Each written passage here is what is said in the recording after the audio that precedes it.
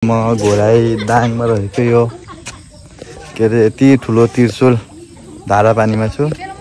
यो धारापानीमा को आउनुभएको छ है। म चाहिँ फर्स्ट टाइम आएको यो दाङमा चाहिँ।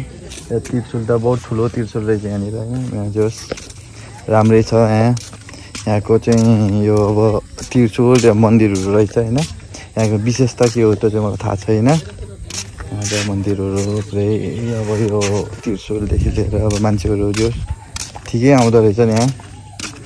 यो अब मान्छे अब यो हिन्दू धर्मको एकदम चाहिँ ऊ भएर पनि होला ठिकै छ।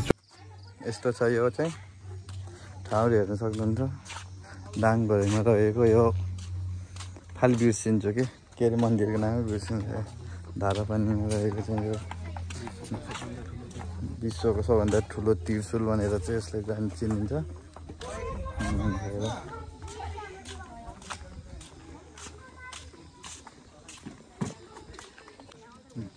बाटोहरू यस्तो छ।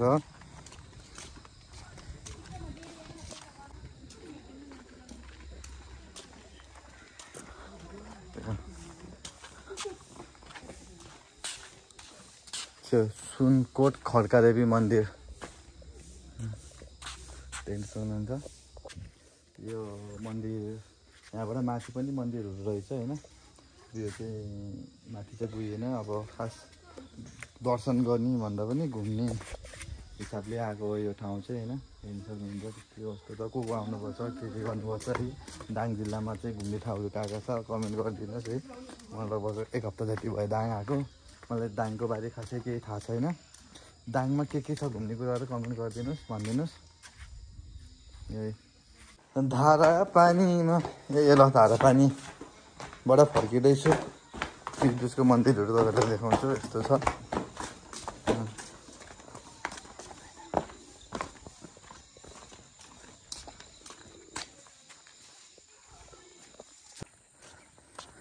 जस ठिकै रहेछ। कहिले यसो मान्छेहरू आएर टिकटकहरू बनाउँछु भन्ने मन्दिर दर्शन गर्छु भन्नेलाई दाङ घोराइमा रहेको धारापानी भन्ने ठाउँ चाहिँ जस राम्रो रहेछ। सिनहरू यो भिडियोहरू पनि राम्रो देख्दो रहेछ है। हेर्न सक्नुहुन्छ। यो अब यस्तैमा भिडियोहरू बनाउनु पनि सकिन्छ। जस नेचुरल जङ्गल। म नेचुरलमा रमाउने मान्छे। त्यो नेचुरलहरू देखेर आउँछु हजुरहरूलाई। अब को दाङबाट यो ठाउँमा आउनुभएको छ बाहिरबाट को आउनुभएको छ त्यो कमेन्ट गर्नुहोस् हेर्नुहोस्। तपाईँहरूको ठाउँ आएर घुमेर गइसक्यो। अब यस्तो छ है। यता पार्क जस्तो पनि रहेछ। सोल्टिनी रुपिङहरू खेलिरहनु भएको छ। बच्चाहरू खेल्ने ठाउँहरू पनि रहेछ होइन।